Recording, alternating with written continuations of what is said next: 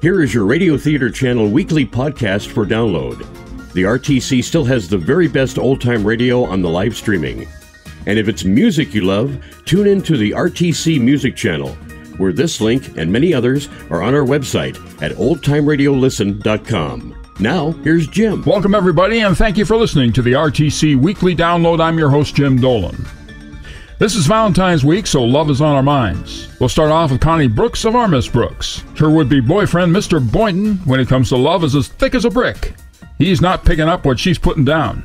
From 1950, our Miss Brooks, Valentine's Day date. Colgate Dental Cream to clean your breath while you clean your teeth and help stop tooth decay, and Luster Cream Shampoo for soft, glamorous, caressable hair bring you Our Miss Brooks, starring Eve Arden.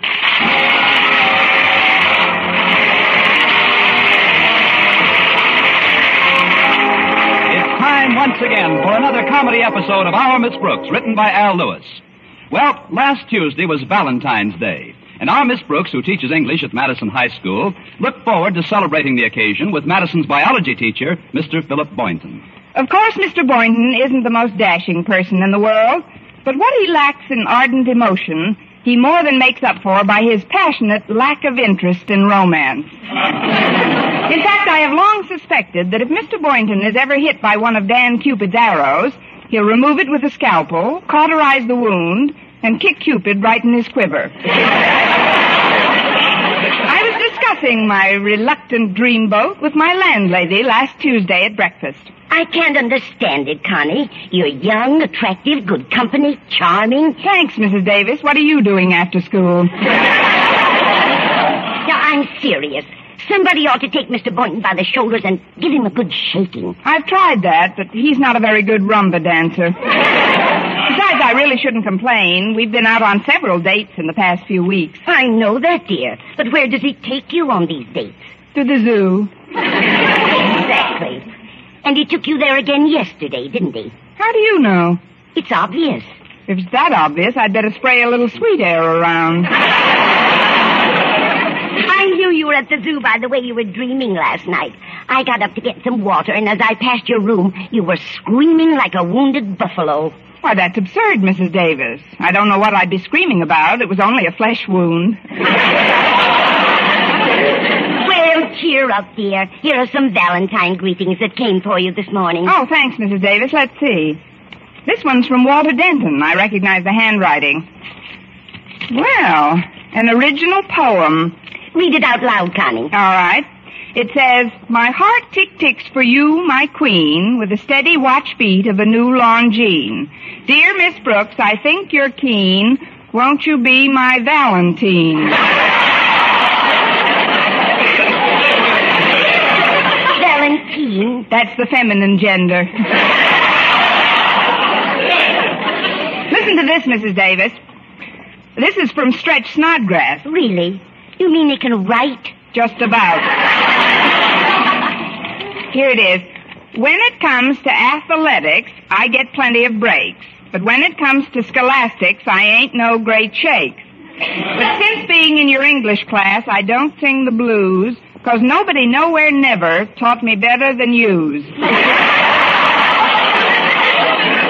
that's what I call a flattering Valentine. Why don't you open this next one, Connie? Even I can recognize the sender of that. How? Mr. Boynton put his return address on the envelope. Naturally. When he invests in the stamp, he wants to be sure it gets somewhere.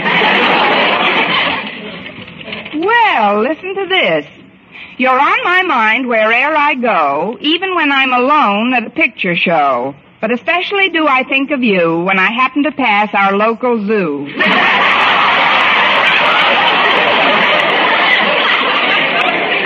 There he goes again.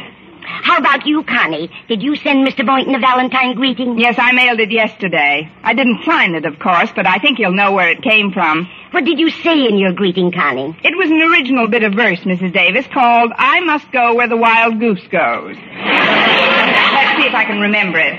Oh, yes. To my Valentine, Mr. Boynton. Though I must go where the wild goose goes, I also know what the wild goose knows. You'll think I'm jesting, I suppose, but no goose winds up in any zoo if he's really on his toes. Why, Connie, that's beautiful. It's a wonderful idea for a song. Oh, I don't know. It's not very commercial. But I've been thinking, Mrs. Davis, today being Valentine's Day, I'd like to get Mr. Boynton to take me to a restaurant for a change. Where does he usually take you to dinner?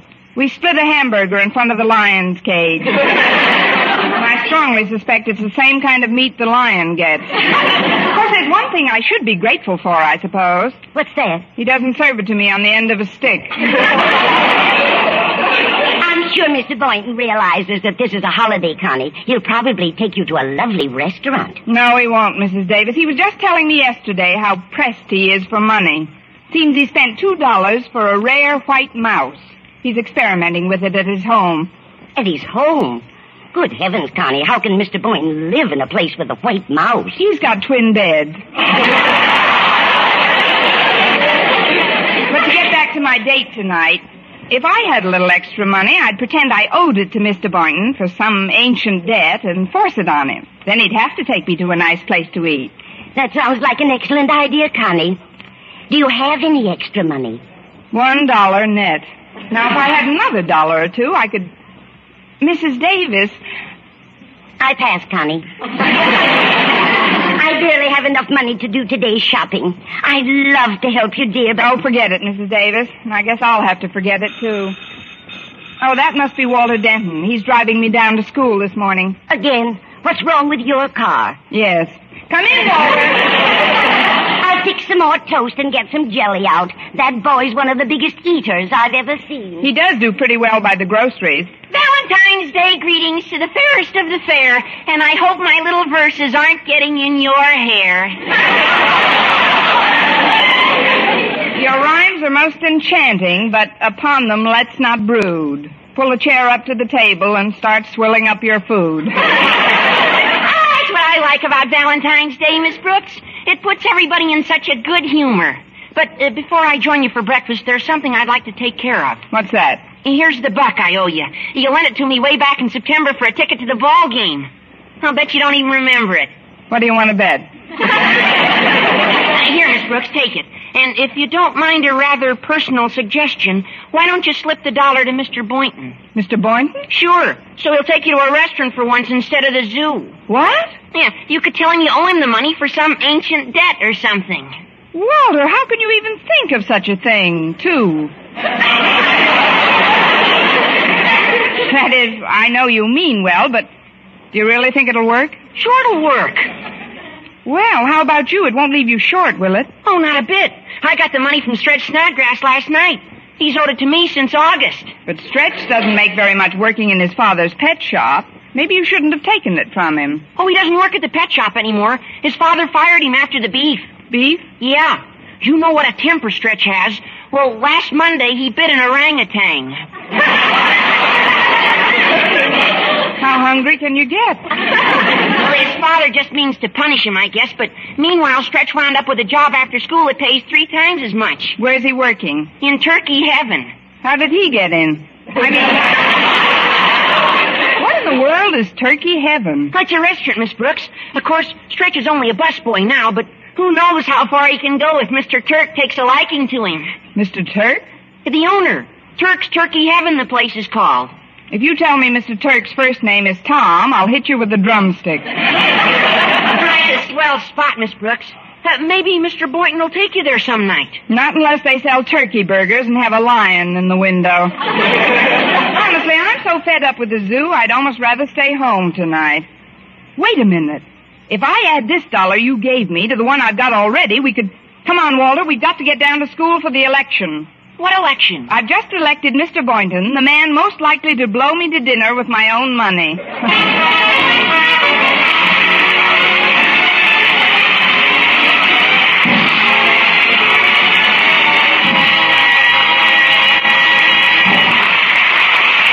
Our Miss Brooks, starring Eve Arden, will continue in just a moment. But first, here is Vern Smith. No other dentifrice offers proof of such results. Proof that Colgate Dental Cream helps stop tooth decay before it starts. 2 years research at leading universities using Colgate Dental Cream. Hundreds of case histories makes this the most conclusive proof in all dentifrice history on tooth decay. Conclusive proof that when teeth are brushed with Colgate's right after eating, Colgate Dental Cream helps stop tooth decay before it starts. Yes, the toothpaste you use to clean your breath while you clean your teeth now offers a safe, proved way to reduce tooth decay. Modern science shows decay is caused by mouth acids which are at their worst right after eating.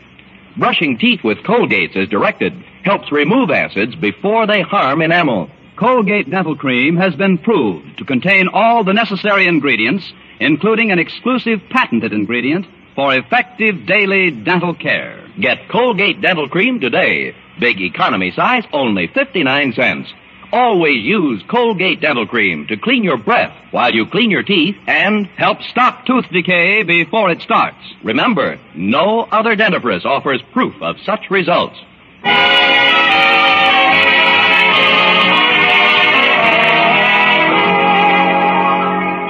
Well, we got to school before it was time for my first class, and I headed directly for the biology lab to confirm my Valentine date with Mr. Boynton. His enthusiastic reply to my reminder almost swept me off my feet.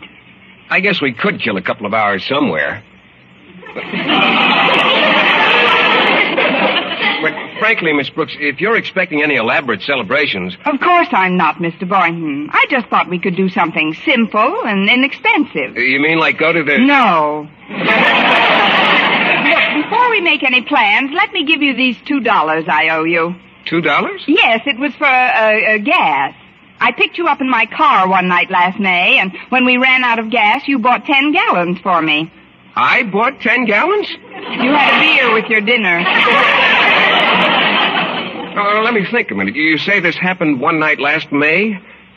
Say, was that the evening we were coming from the zoo? We weren't coming from the casino in Monte Carlo. Here, Mr. Boynton, take the $2. Oh, but I don't seem to remember this incident, Miss Brooks. Let me take a look at my little black book. Black book? Oh, yes, I enter all my expenditures in it during the fiscal year. That way I know just how to budget myself from month to month. Now, let's see. 1949, August, July, June. Here we are, May. May 1st, light bulb, 15 cents. Collar button, 5 cents. May 2nd, 25 razor blades, 9 cents. May 3rd, mercurochrome and bandages, 90 cents. May 4th, stamp for letter to mother, 3 cents. Month's supply of frog food for Pet McDougal, 12 cents. That must have been the month Mac was on the diet. It's funny, I can't seem to find any record of that gas bill. Please, Mr. Boynton, it must have slipped your mind. Just take this. Oh, let's look a little further, please. May 11th, ink, 10 cents. Stamp for letter to mother, 3 cents. May 14th, shoelaces, 5 cents. Stamp, 3 cents. May 16th, laundry, 75 cents. May 18th, stamp, 6 cents. Oh, that was Mother's Day. I wrote Mom airmail. She must have been thrilled. 2 days later. May 25th, pair of socks, 35 cents. Sports shirt, $3. That must have been the day you had the beer.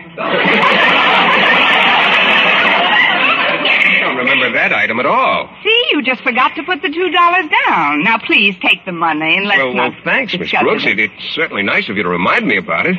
You know, this $2 is going to make a big difference in our Valentine's Day celebration. You mean dinner for two, Mr. Boynton? For two? Why, with this money, I can buy peanuts for every monkey in the zoo.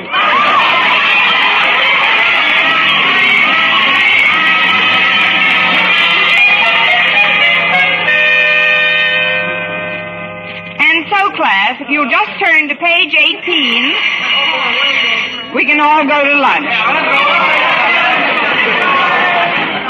Miss Brooks? Oh, Miss Brooks, can I talk to you for a minute? What is it, Harriet? Walter told me he paid you back some money he owed you, and I'd like to do the same thing. Here, Miss Brooks, here's the $1 you laid out for 2 of my lunches last month. But, Harriet, I treated you to those. Why should you treat me to lunch, Miss Brooks? Oh, I don't know. Maybe the market went up. Please, Miss Brooks, I insist that you take this $1. But, Harriet, this is probably your lunch money. Oh, no, it isn't. Stretch Snodgrass owed me this money for months. He just paid me back this morning. Good old Stretch. Since he's been working at Turkey Heaven, he's loaded like a Turk. Thanks, Harriet. This money's going to come in very handy. Now, if I could just think of somebody else who owed me some money. Wait a minute.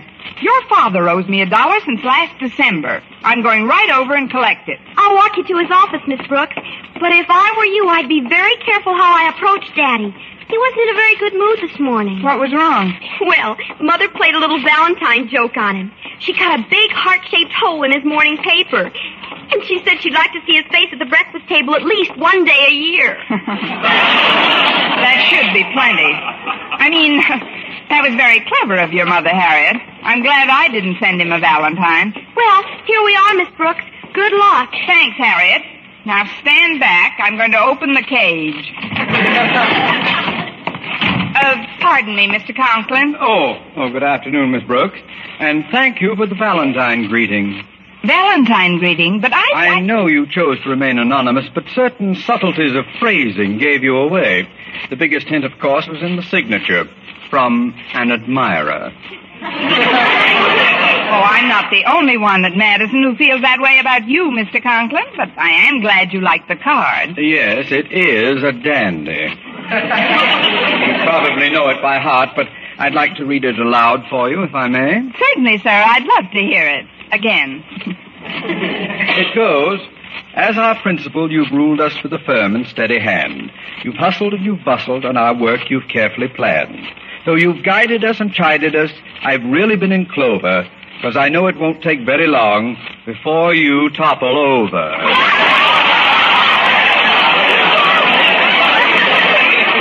Mr. Conklin, I have a confession to make. That is not the card I sent you. It isn't? That's strange. It's the only one I got. Oh, mine must have been held up in the mail. I'll send it to you. I mean, you'll get it tomorrow. I'll be looking forward to it.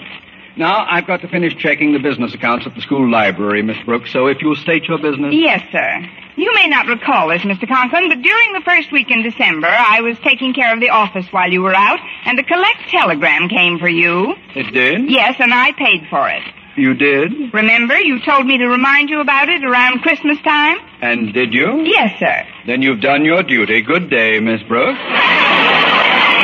But, Mr. Conklin, the reason I'm bringing it up again is that you Stop dunning me. How much is the miserable item?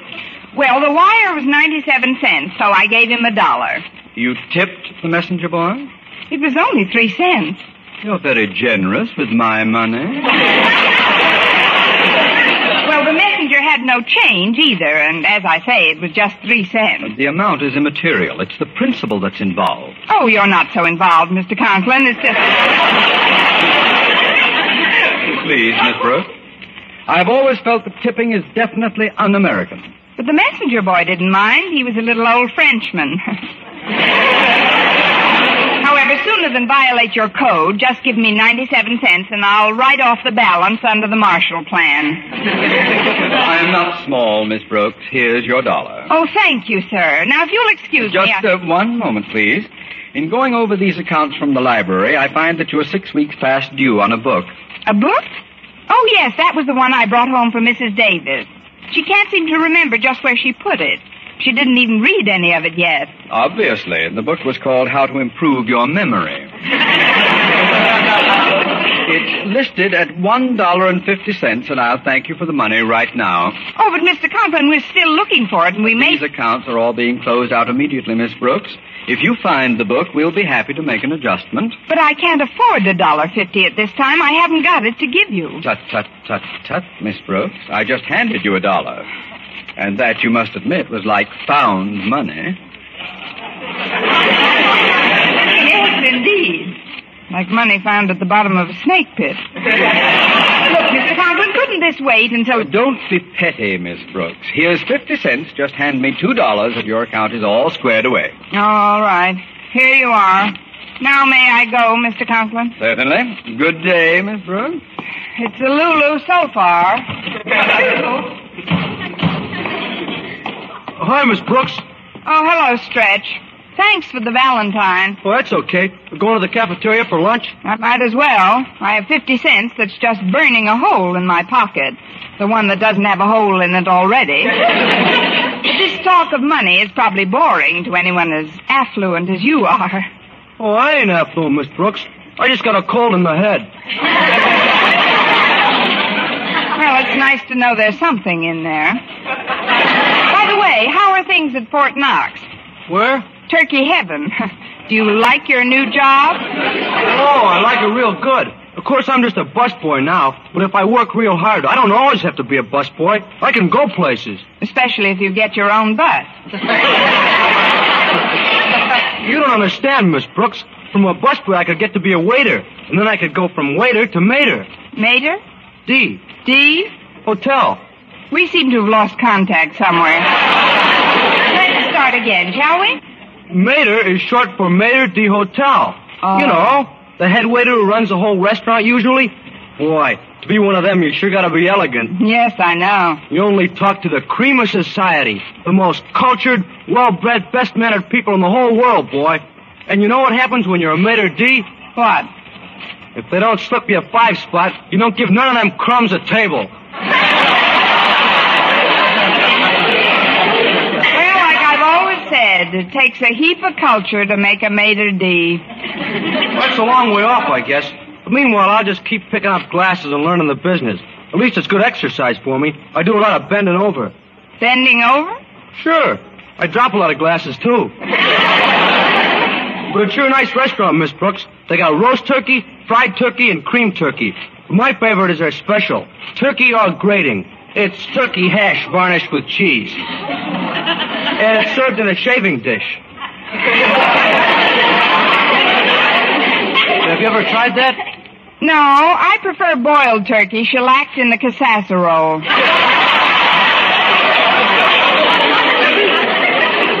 Oh, is that good? Oh, take a glass of domestic turpentine with it, and you're out of this world. Oh, before I forget, Miss Brooks, here's a credit slip for 2 free dinners at Turkey Heaven. The boss gave it to me for working extra hard over the weekend. 2 free dinners? But, Stretch, I can't take this. You've earned it by your labors. You're the one who should profit by your own efforts. You and nobody else. Well, that's enough acting for one day. Hand it over.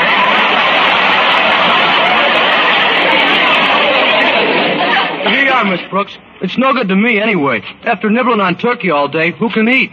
Wait a minute, Stretch. I've got an idea. I want you to find Mr. Boynton and give him this credit slip. Mr. Boynton? That's right. But whatever you do, don't mention to him that I know anything about it. Now, is that clear? Yes, ma'am. I'm to find Mr. Boynton, then give him the slip, and mention that you don't know nothing about it. No, Stretch. You're not to mention that I know anything about it. Sorry. That grammatical carelessness will be the death of me.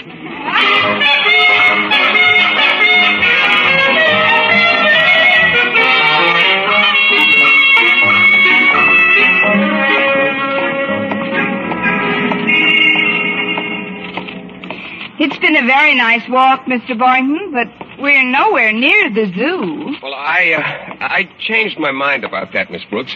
Before we left school, I decided that this being Valentine's Day, I'd like to take you to a restaurant for dinner. Oh, wonderful. May I pick any place I want? Well, that is, I'd like to go to Turkey Heaven. Go ahead, pick any place you want.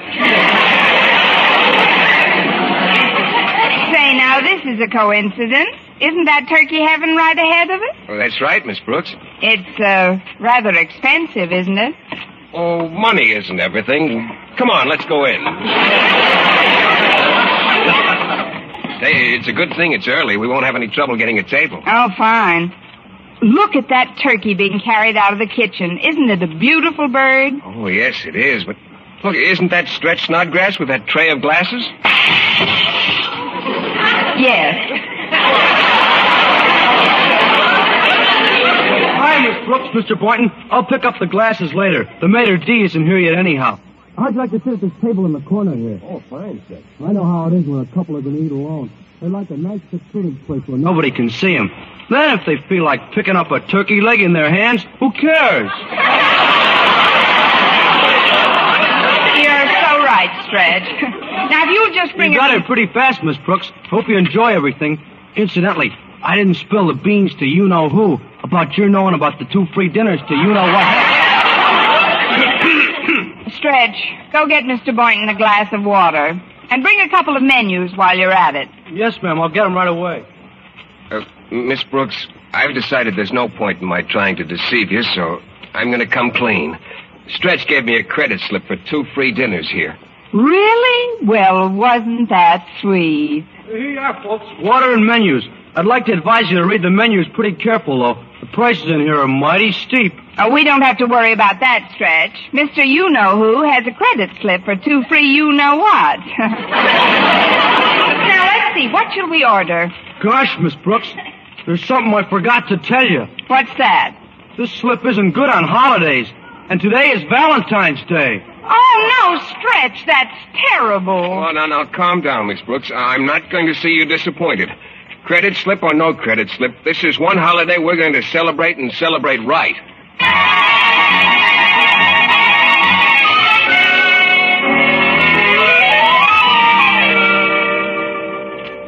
Well, Miss Brooks, what do you think of it? Isn't this a magnificent bird? It certainly is, Mr. Boynton. Now come over here. There's a pelican in this cage.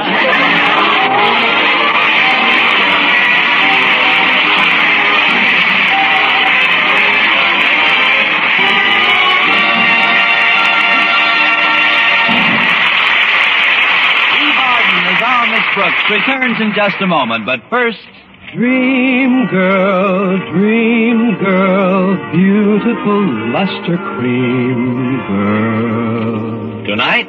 Yes, tonight, show him how much lovelier your hair can look after a Luster Cream shampoo. Luster Cream, world's finest shampoo. No other shampoo in the world gives Kay Daumit's magic blend of secret ingredients plus gentle lanolin. Not a soap, not a liquid. Luster Cream shampoo leaves hair three ways lovelier. Fragrantly clean, free of loose dandruff, glistening with sheen, soft, manageable. Even in hardest water, Luster Cream lathers instantly. No special rinse needed after a Luster Cream shampoo. So gentle, Luster Cream is wonderful even for children's hair. Tonight, yes, tonight, try Luster Cream shampoo. Dream girl, beautiful luster cream girl. You owe your crowning glory to a luster cream shampoo. And now, once again, here is our Miss Brooks. Well, when the zoo closed, Mr. Boynton and I caught the 5 o'clock hamburger and headed for home. But as we passed a nice secluded bench, I stopped him. Look, Mr. Boynton, we may not be able to afford a fancy restaurant, but we can still celebrate Valentine's Day. After all, we are together. We have a bench in the park, and school is over. But how can we celebrate on a park bench, Miss Brooks? Correction, school is just beginning.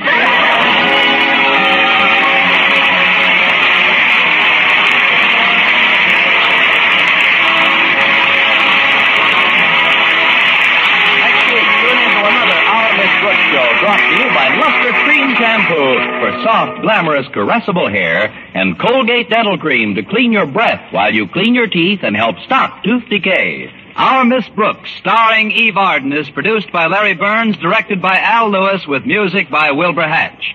Mr. Boynton is played by Jeff Chandler, Mr. Conklin by Gail Gordon. Others in tonight's cast were Jane Morgan, Dick Crenna, Gloria McMillan, and Leonard Smith.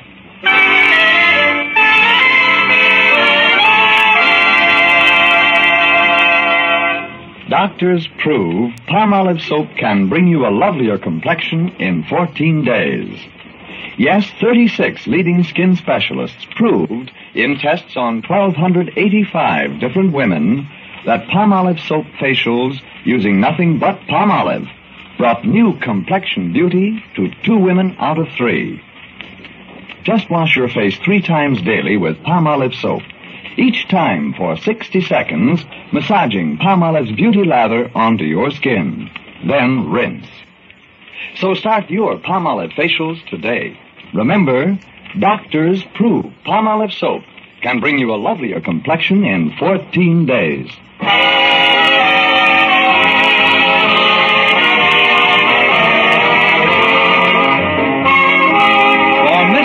Liberally sprinkled with laughs, listen to Mr. and Mrs. North, the exciting, fun-packed adventures of an amateur detective and his beautiful wife. Tune in Tuesday evening over most of these same stations. And be with us again next week at this same time for another comedy episode of Our Miss Brooks. Bob Lamont speaking. This is CBS, the Columbia Broadcasting System.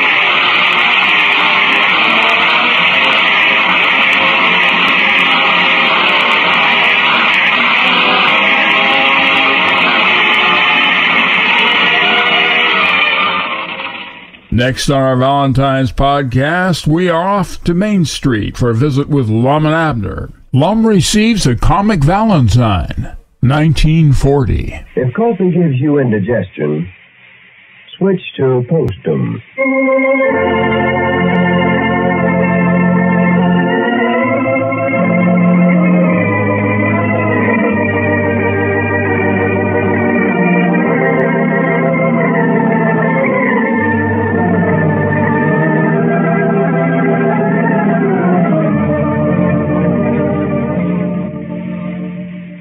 The makers of Postum, the favorite mealtime drink in millions of American homes, present those two lovable old characters from the hill country, Lum and Abner.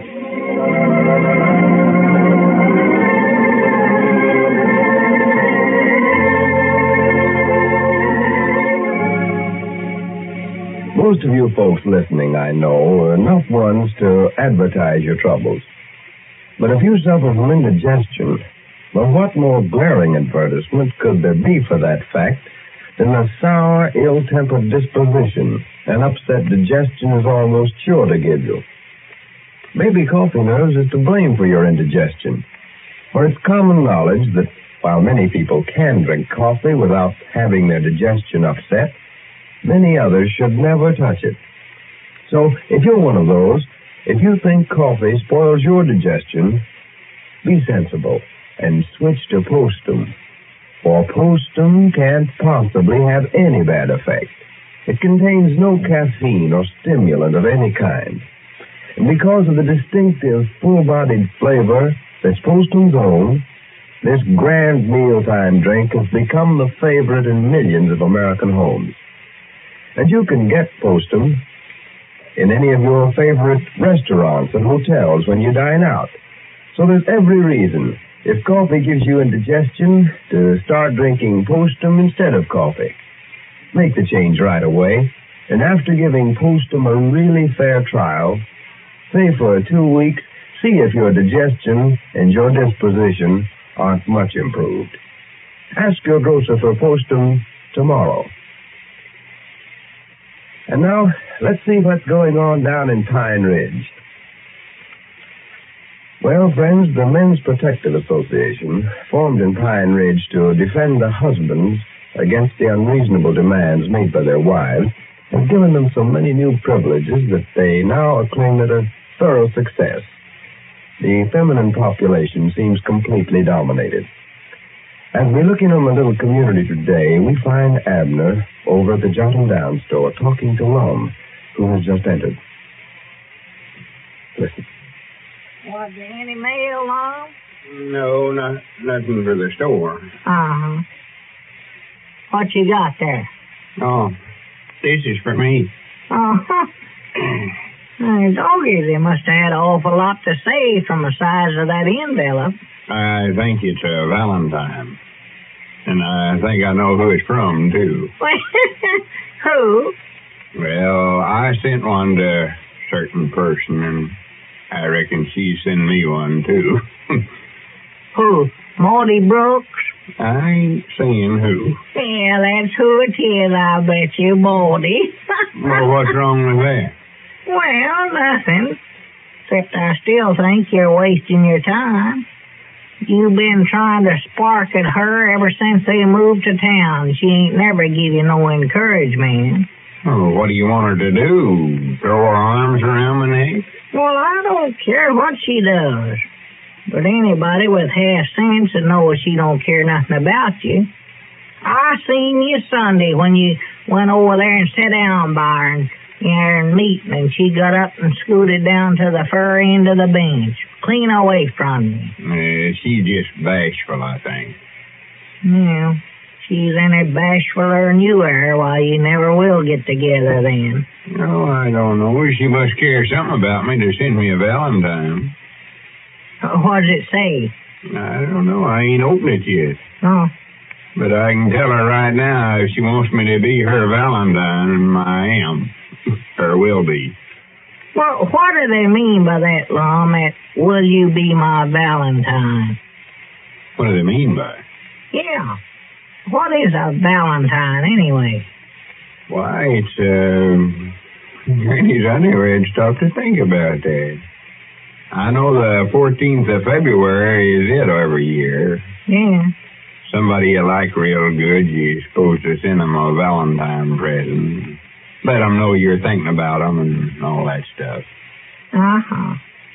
So they always have pictures of hearts on them there, I've noticed. Yeah, love's mixed up in there somewhere or other. I don't know just how it works. One I sent Maudie had a big red heart and R run through it, and then little lace looked like a doily all around it. Right, pretty. Well, what's that supposed to mean, that big red heart and that lace and all that? Means you're in love with her. It's a good way of telling somebody without having to come right out flat-footed and saying it. Yeah. Well, I don't see how somebody'd think you's in love with them because you send them a picture of a heart with lace all around it and everything. Well, it sort of means that Cupid's got you. Cupid? Would you know who Cupid is? No, I reckon not. Who is it? You saw pictures of him, ain't you? Of him? Well, yeah, a little baby that goes around with a bow and arrow in his hand. Oh, him, yeah. Says 1940 on him. Him standing there by his grandpa. No, that's the new year coming in. But he favors him right smart. Does, huh? This one's supposed to go around and shoot people in the heart and make them get in love. Oh, they blame he's liable to kill somebody doing that. He don't actually shoot you. Just call it that. Oh. Body falls in love. The saying is that Cupid shot him with a heart. But he never, huh? Well, I don't know. I believe he shot me. Huh? I don't mind telling you that Maudie Brooks has got me to where I don't know where I'm afoot or horseback. Well, if that's all it's worrying you, you're afoot, I'll tell you that. No, sir. She wasn't interested. She wouldn't be sending me no Valentine. That's her saying. Well, go ahead, open it up, Lon. Let's see what it looks like. No. I'm going to wait till I get home to open it. Get home? Yeah. Get it all dirty down here. Oh, you won't. It's one of them pretty lace ones. I'm going to hang it right there on the setting room. Well, you can put it right back in the envelope. It ain't going to get dirty. Now, let's go ahead and take a look at it. All right. See what she's got. Why, look at you. You're so nervous you can't hardly get it open there. I know. The first little thing she did to show me how much she cares for me. Oh, it's all folded up. I'll bet. What's the matter? Nothing. Let's see it, Lon. Let's see it. Oh, it's just one of them comics. Now, hand it here. Let me see it. What does it say down there, that writing down there? I don't know, and I don't care. If he ain't a beaut, you reckon she means that you look like that? Just forget about it. Bunch of foolish. Look at them ears and that mustache. My doggy, that's growed on there. Or stuck on. Looks like a real one. Yeah. Let's see what it says here, Lon. Mr. Romeo. Well, I wish I had a Valentine, a charming prince that was all mine. Is that what that says on there? Yeah, that's the way it starts out here. Well, wait a minute. Maybe she ain't making fun of me after all. Sounds like she's sort of in love with me. Say she wishes she had a Valentine, huh? A charming prince that was all mine, yeah. Go ahead and read the rest of it. You see, a man that would be good and true. Bless her heart. But I don't want no part of you.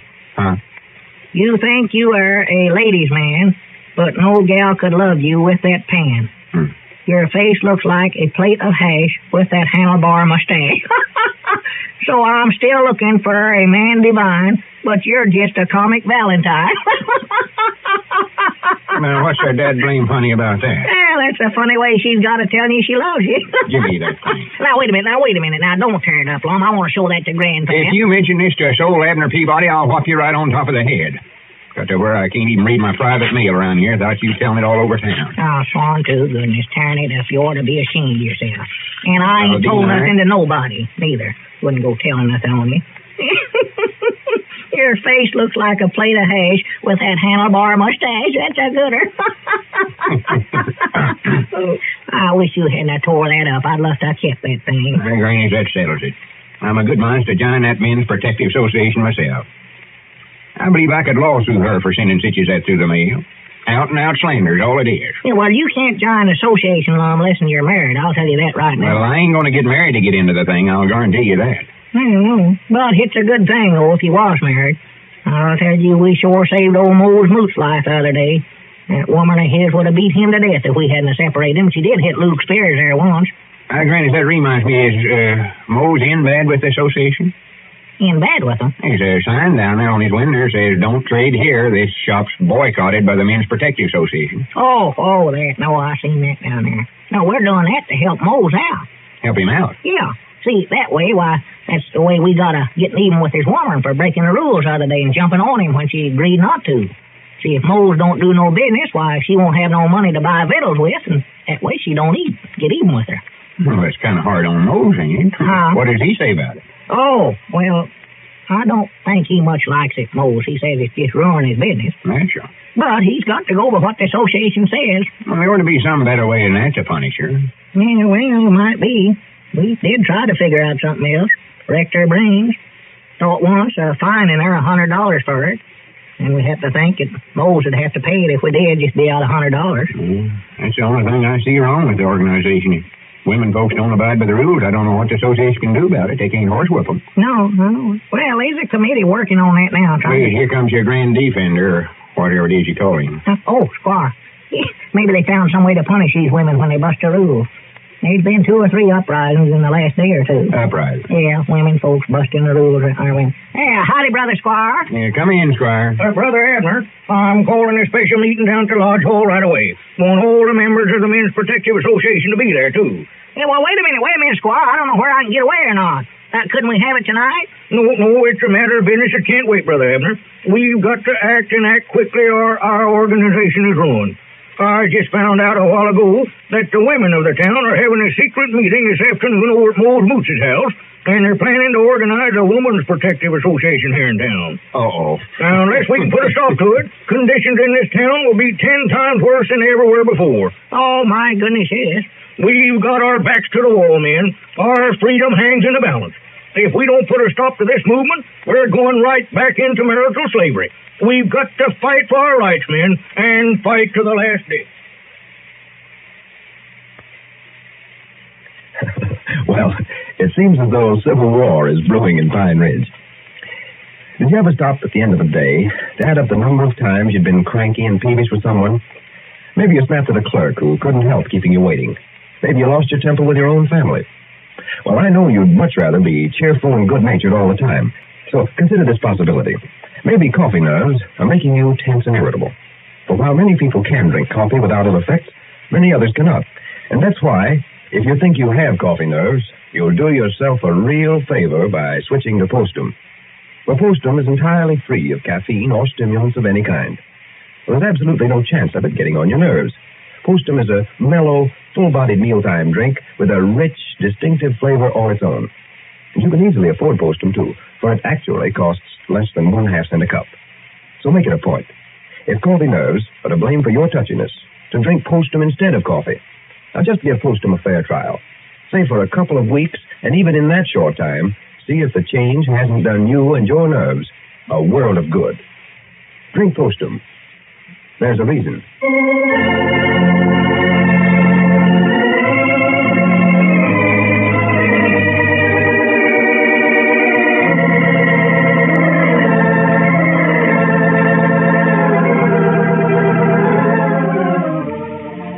Now, don't forget, friends, be with us next Friday evening at the same time when we again visit Pine Ridge with Lum and Abner, who say, most kids who spend their youth raising Cain spend their old age walking with one. Lou Crosby speaking. And remember, Folkestone, your best bet for a good night. This is the Columbia Broadcasting System.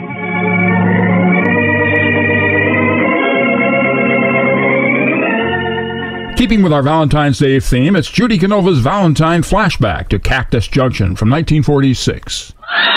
From Hollywood, the Judy Canova Show, brought to you each week by the Colgate-Palmolive Peat Company, makers of Palmolive Soap and Colgate Tooth Powder.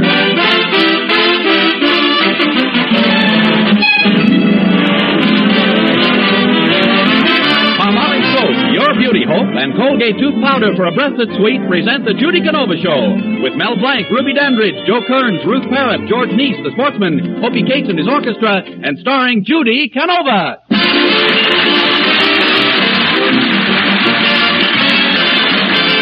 How you gonna keep 'em down on the farm after they've seen Paris? How you gonna keep 'em away from the city, chasing around and painting the town? How you gonna keep 'em away from harm? It's a mystery. Imagine Reuben when he meets his pa. He'll kiss his cheek and holler, ooh la la. How you gonna keep 'em down on the farm after they've seen Paris? Keep the home fires burning. I tell you, folks, it's a problem. Now, you take my boyfriend Chester. He went away, and he swore he'd be back to the farm someday. He said, gal, I'm a-leaving the farm work all up to you. Now, aren't that nice of Chester to do? So I pitched right in and milked the cows, and plowed the fields and fed the sows. One day I plowed 30 acres. Got a mite tired, of course. Bet I could have plowed 30 more if I'd have had a horse. Then I kept good and warm all winter through snow and ice by reading Forever Amber twice. And then come spring, I sort of put on the dog, hung up a brand new Technicolor catalog. But I sure miss Chester to help with the chores. Then one day at last he come in through the door. He was dressed fit to kill in a ready-made suit. And he had a blonde floozy along with him to boot. So boot her I did. And they both left that day. Now I'm alone again. So that's why I say, oh, how you gonna keep 'em down on the farm after they've seen Paris?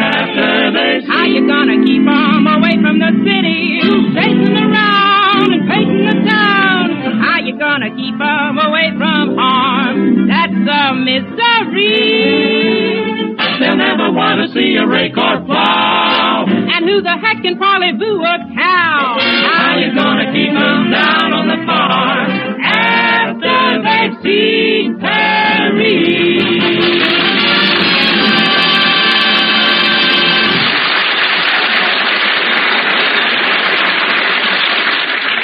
Well, it's still a few days until Valentine's Day, and Judy is hopeful she'll be swamped with Valentines from her admirers. As our scene opens, she's talking to Aunt Aggie. Just think, Aunt Aggie, it's still 5 days till Valentine's Day, and already I got a box of candy and one Valentine. You did, Judy. That's quite a compliment. Well, I don't know whether it is or not. Listen to what the Valentine says. Your clothes are really pretty cheap, and speaking of your sweater, give back the wool to those poor sheep. On them, it looks much better. Poor Judy, you never seem to get anywhere romantically. What'd you say there? You never seem to get anywhere romantically. Oh, I did all right in Cactus Junction. Back there I had men by the score. You did? Yeah, that's how I got them. They didn't know the score. One handsome young fella named Homer was real fond of me. Was he unattached? Unattached? Shucks, he was practically falling apart. Before he met me, he was going steady with a hot water bottle. Yeah. With no top. Did he have a good job, Judy? Oh, yeah. Homer worked in a war plant, but one day he got caught in the conveyor belt and went out on the assembly line. Gracious, Judy, what happened to him? Well, I ain't sure, but if you ever see a P-38 eating a sandwich, that's Homer. Oh, howdy, Geranium. What you got there? Valentine, Miss Judy, from a boyfriend Pomeroy to his little 17 jewel. Yeah, that's what he calls me when he puts his arm around my waist. 17 Jewel, huh? Yeah, honey. I'm curved to fit his wrist.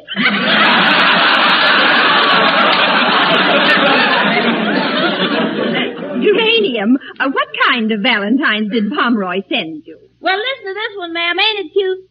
I hope I make this love note clear. And please don't think I'm callous. But when I build my dreamboat, dear, I want you for my ballast. Oh, now ain't that sweet, Uranium? Read the ballast of it. Say, you know, Miss Judy, I guess Pomeroy really thinks I'm shipshape, honey. Oh, you are, Geranium, but your cargo seems to have shifted a little bit. Say, what did you write on that other Valentine? Oh, I like this one best. Listen. Your cooking got me from the start. Hot biscuits, homemade jelly. The nearest way to reach my heart is really through my appetite.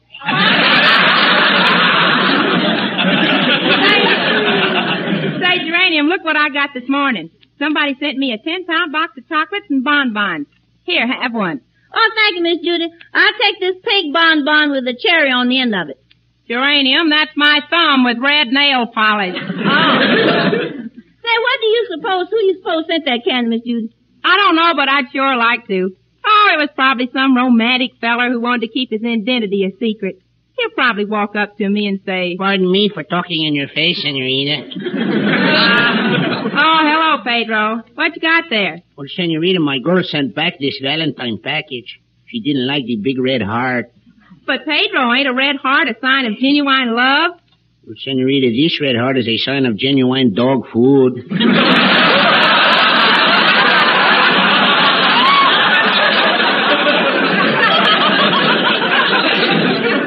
You know, I think my girlfriend's father is in the trucking business.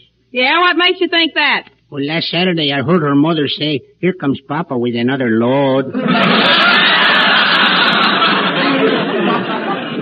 how'd he get in that condition? Well, Senorita, he went to a party. At midnight, everybody started playing a game called Who Am I? And by 2 o'clock, they weren't kidding.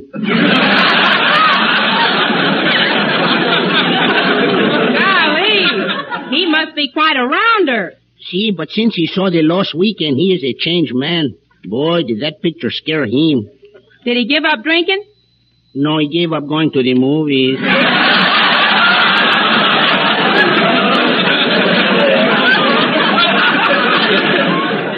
You know, Senorita, I bet on a horse called Lost Weekend, and Lost Weekend sure was a good name for him. Why, Pedro? Well, I bet on him Friday, and he didn't show up till Monday. Oh, look, Senorita, I wrote a poem about the races. Would you like to read it? Yeah, let's see it. This looks pretty good. Says, a feller named Pedro went to the track, took $600 and didn't bring it back. There were horses to the left of him, horses to the right of him, horses in front of him volleyed and thundered. Into the valley of death rode Pedro 600.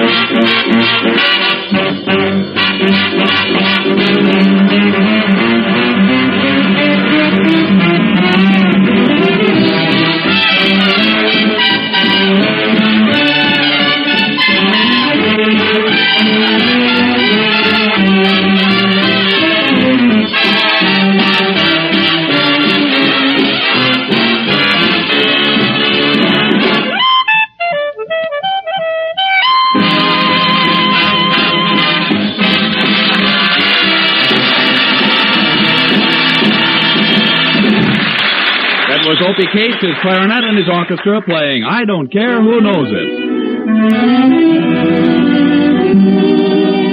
Use Colgate tooth powder, keep smiling just right.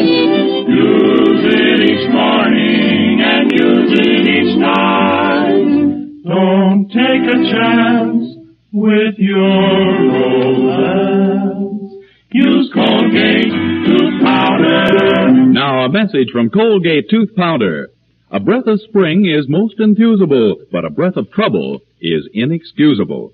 There's more truth than poetry to that, because a breath of trouble, I mean unpleasing breath, can mark you down, ruin your romance, make you unpopular. It's happened to thousands without their knowing. Don't you take a chance. Just do this. Brush your teeth night and morning and before every date with Colgate Tooth Powder. For Colgate Tooth Powder cleans your breath as it cleans your teeth. Yes, scientific tests have definitely proved that in 7 cases out of 10, Colgate Tooth Powder instantly stops unpleasing breath that originates in the mouth. What's more, no dentifrice at any price cleans your teeth more quickly and thoroughly than Colgate Tooth Powder. Remember to buy it first thing, and remember the name, Colgate Tooth Powder, with the accent on powder. Don't take a chance with your romance. Use Colgate Tooth Powder. Geranium, who do you suppose sent me this Valentine candy? Well, Miss Judy, do you suppose it was that sailor who tried to flirt with you yesterday? No, I discouraged that feller. When he tried to flirt, I turned on him and said, "Listen here, sailor. I'm a nice, respectable girl who lives at 1476 Ravenhurst Drive. And don't you try to follow me unless you walk faster." Say, you know something, honey? I like sailors. They're such happy people. Yeah, sailors sure are happy. Whenever you pass one on the street, he's whistling. Yeah. But Marines are even happier. Marines are happier than sailors? I wonder why. Their pants fit. Oh.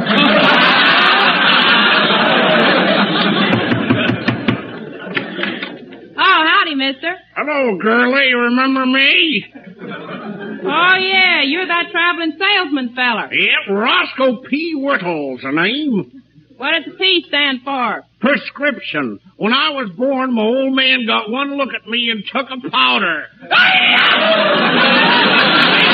Ding donger! You tell them, Gypsy Rose, no one's got anything on you.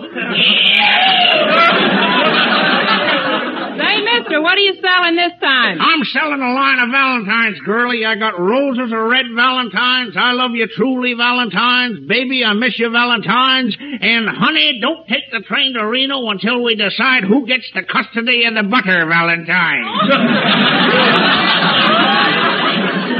Have you sold any yet? Yes, sirree, bub. My biggest seller is Song Valentine. Say, did you hear the Broken Girdle song? The Broken Girdle song? Yeah, June is busting out all over. Ain't that a wang, Billy? Wish I could ad-lib or throw something in here. Say...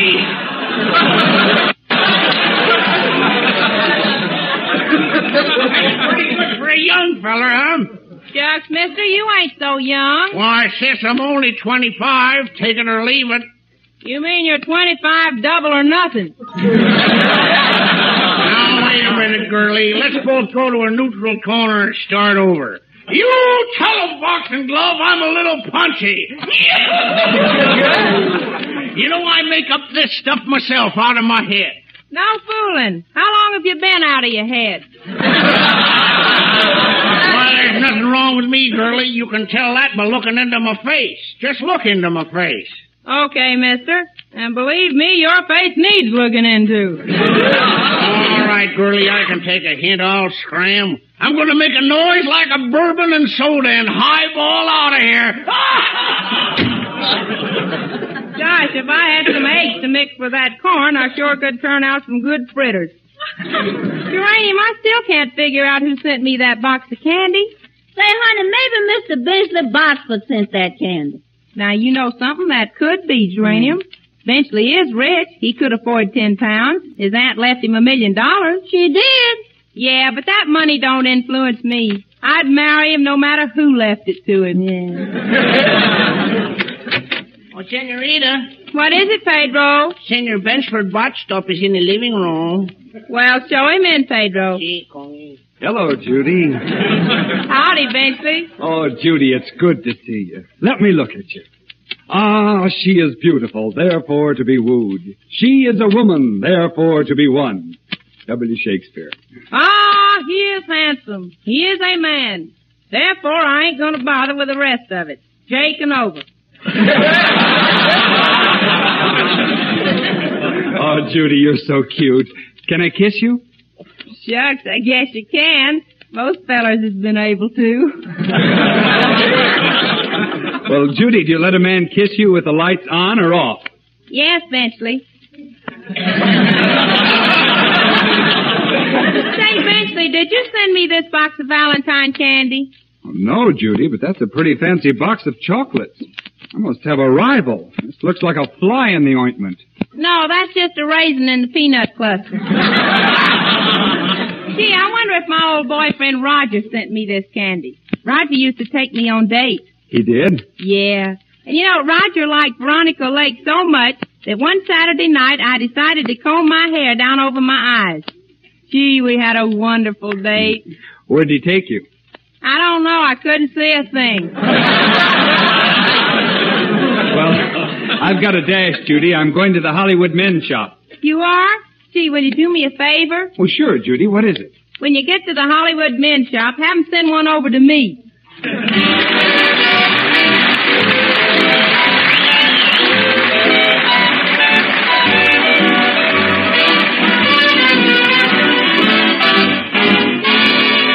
Give me a little kiss, will ya, huh?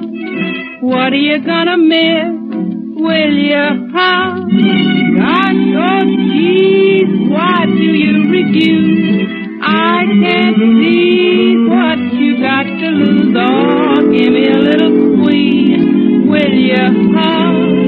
Why do you wanna make me blue? I wouldn't say a thing if I was asking for the world. But what's a little kiss between the fella and his girl? Oh, give me a little kiss, will ya, huh? And I'll give it right back to you.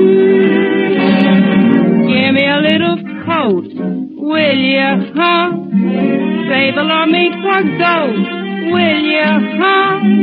My poor wrist is bare as it can be. Won't you buy a golden band for me? Oh, give me a little car, will ya, huh? That would be mighty nice of you. An aeroplane, a motorboat, some pearls, a diamond ring. But honey, if you feel you can't afford to buy those things, then give me a little kiss, will ya, huh? And I'll give it right back to you.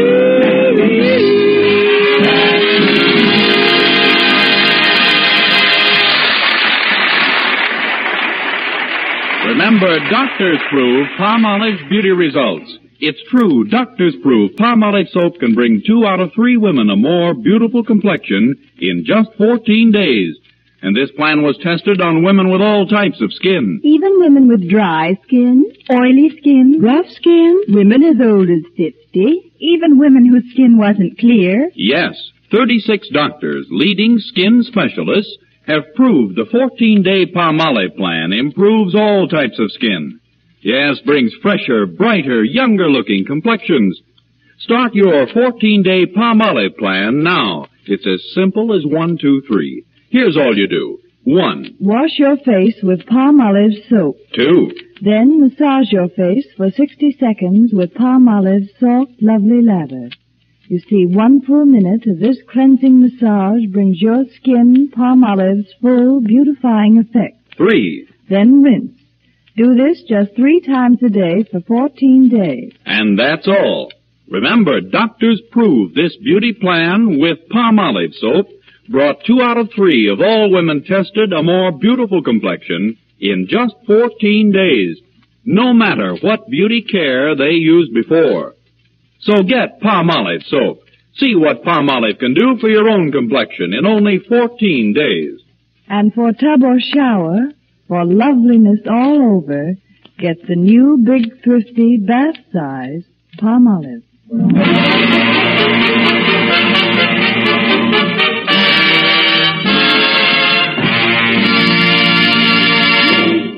Judy, why are you looking through the photograph album?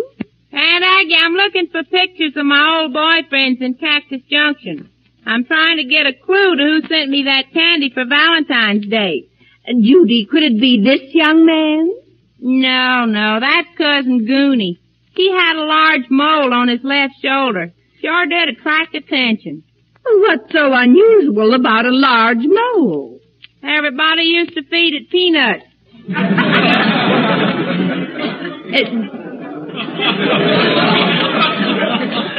He's a big eater, too. He's a big eater. Judy, who is this young man in the album? By golly, Aunt Aggie, I bet he's the one who sent me the candy. His name is Luke. He was my very first boyfriend.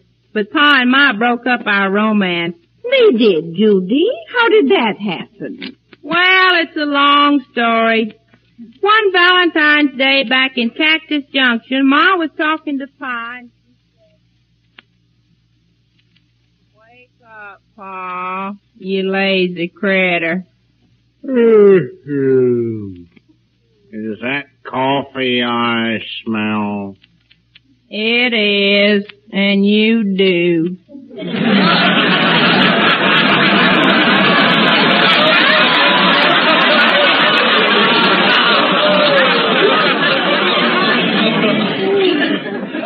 What time is it, Ma? February.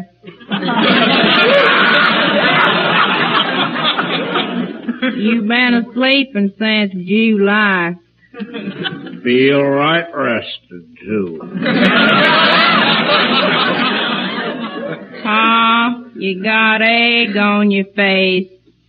Is it near my mouth?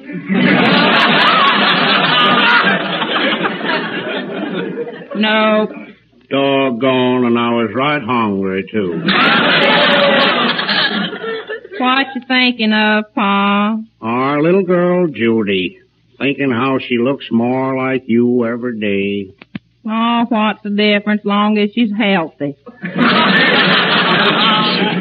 Pa, look out yonder. What's out yonder, Ma? Our kids is in the yard. I can only count 14. One of our young uns is missing. One? Gosh, Ma, you sure are a stickler for detail. How can we be sure one is missing? Look in the bathtub and count the rings. What's a bathtub?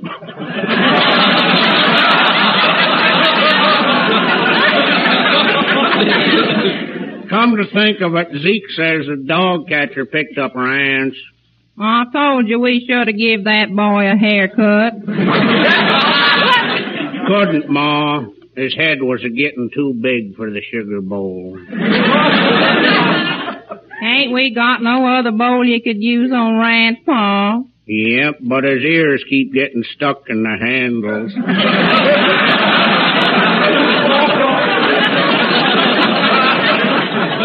Too bad, too. His head just fit that long gravy bowl.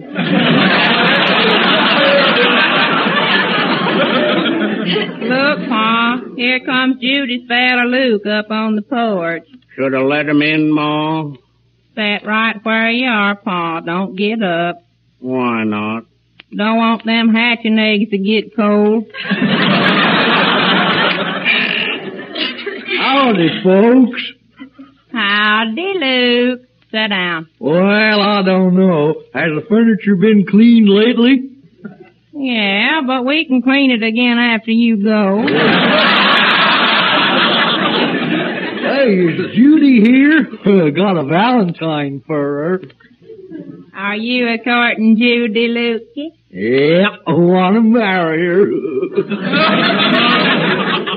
Well, Judy ain't much to look at. Oh, it don't matter. I'll be away from home most of the time. Hey, Luke, is this true love? Sure is. Would you love Judy any more than you do now if she had a lot of money?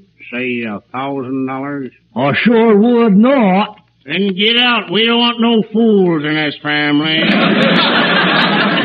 I reckon I better change my mind about getting married. Luke, you can't back out now. Oh, I can too. You just try and I'll shoot you right between the eyes. Better aim somewhere else, Pa. There ain't no space between Luke's eyes.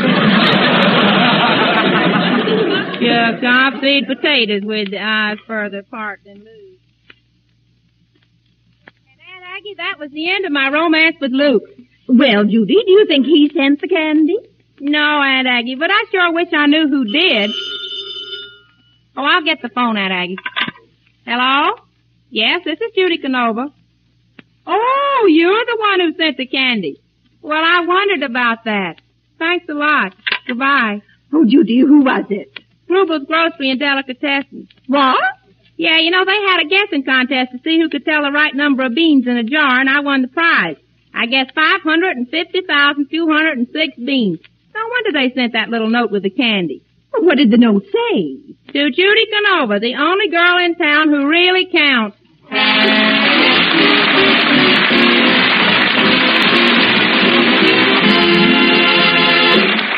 Folks, here's a song that's one of my favorites. I hope you like it too. I can't begin to tell you how much you mean to me. My world would end if ever we were through. I can't begin to tell you how happy I would be if I could speak my mind like others do. I make such pretty speeches whenever we're apart, but when you're near, the words I choose refuse to leave my heart. So take the sweetest phrases the world has ever known and make believe I've said them all to you.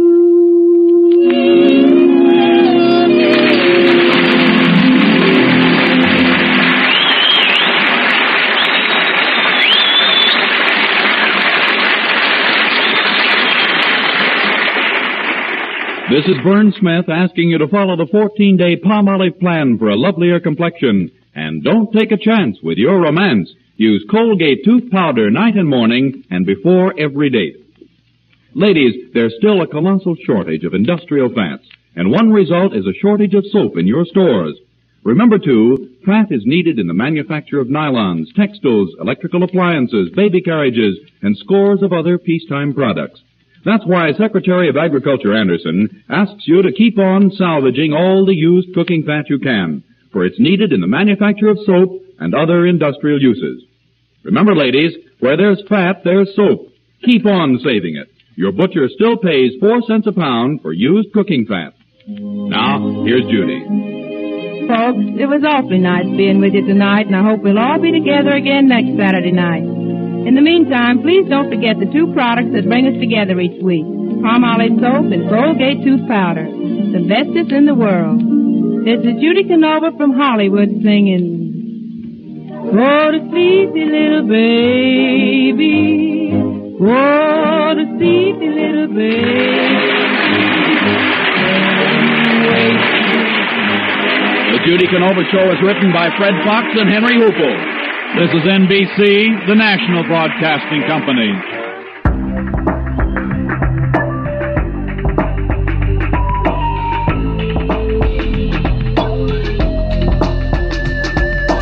That's it for this week. We'll be back next week with more old-time radio and hope you can join us then. Till then, this is Jim Dolan thanking you for listening.